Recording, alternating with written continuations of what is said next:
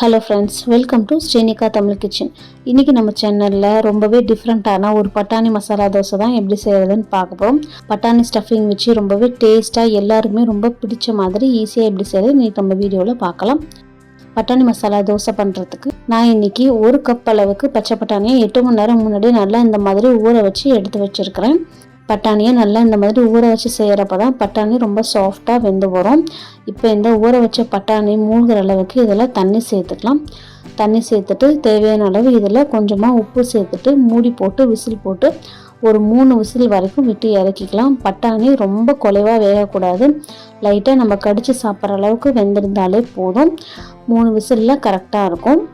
பாருங்கள், இந்தளவு கையில் நம்ம நசுக்கணும் அப்படின்னா நல்லா மசிஞ்சு வரணும், அந்தளவு இருந்தாலே போதும். இப்போ அடுத்ததாக பட்டாணி மசாலா பண்ணுறதுக்கு ஒரு பாத்திரத்தில் 3 டேபிள் ஸ்பூன் வரைக்கும் எண்ணெய் சேர்த்துட்டு எண்ணெய் நல்லா சூடானதும் 1/2 டீஸ்பூன் சோம்பு, ஒரே ஒரு பீஸ் கல்பாசி சேர்த்துக்கலாம். இது வாசனைக்காக தான் சேர்த்துக்கலாம். ரொம்ப அதிகமாக சேர்த்துட்டா கசப்புத்தன்மை வந்துடும். அதனால் ஒரு சின்ன பீஸ் அளவுக்கு சேர்த்துக்கிட்டாலே போதும். இது ரெண்டுமே நல்லா பொரிஞ்சதும் இதில் ஒரு 2 பெரிய வெங்காயத்தை இந்த மாதிரி பொடி பொடியாக கட் பண்ணி சேர்த்துக்கலாம். இந்த பட்டாணி மசாலா தோசைக்கு வெங்காயத்தோட ஃப்ளேவர் தான் அதிகமாக இருக்கணும். அதனால் வெங்காயத்தை நல்லா கொஞ்சம் கூடுதலாகவே சேர்த்துக்கோங்க. இப்போ அடுப்பை ஹை ஃப்ளேமில் வச்சுட்டு வெங்காயம் ஓரளவு கண்ணாடி பதம் வரைக்கும் வதக்கினதுக்கப்புறமா இதில் ஒரு 1/4 டீஸ்பூன் அளவுக்கு இஞ்சி பூண்டு பேஸ்ட் சேர்த்துட்டு அதோட பச்சை வாசனை போகிற வரைக்கும் இதை நல்லா வதக்கி விட்டுக்கலாம். இப்போது அடுத்ததாக இதில் ஒரு மீடியம் சைஸ் தக்காளியை இந்த மாதிரி பொடி பொடியாக கட் பண்ணி அதையும் இது கூடயே சேர்த்துட்டு நல்லா மசிஞ்சு வர வரைக்கும் இதை நல்லா மிக்ஸ் பண்ணி விட்டுறலாம். தக்காளி சேர்க்குறப்ப நமக்கு அந்த பட்டாணி மசாலா அந்த தொக்கு கன்சிஸ்டன்சிக்கு அந்த எசன்ஸ் கிடைக்கும். அதனால தான் தக்காளி சேர்த்துக்கிறோம்.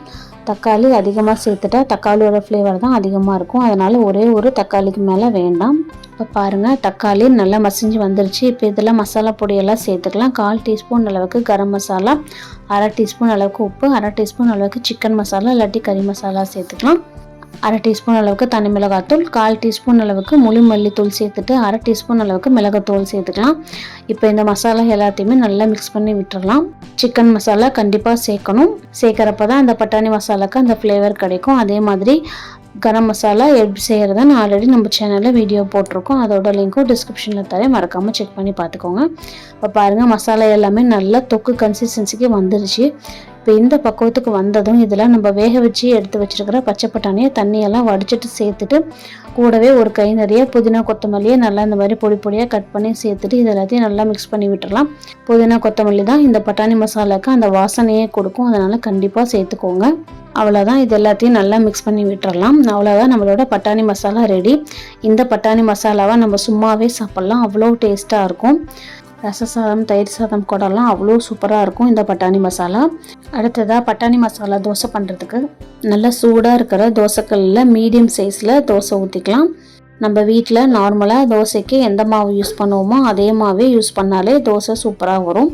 இந்த மாதிரி நல்லா பரவலாக ஊற்றி விட்டதுக்கப்புறமா இதில் ஒரு 2 டேபிள் ஸ்பூன் அளவுக்கு நெய் சேர்த்துக்கலாம்.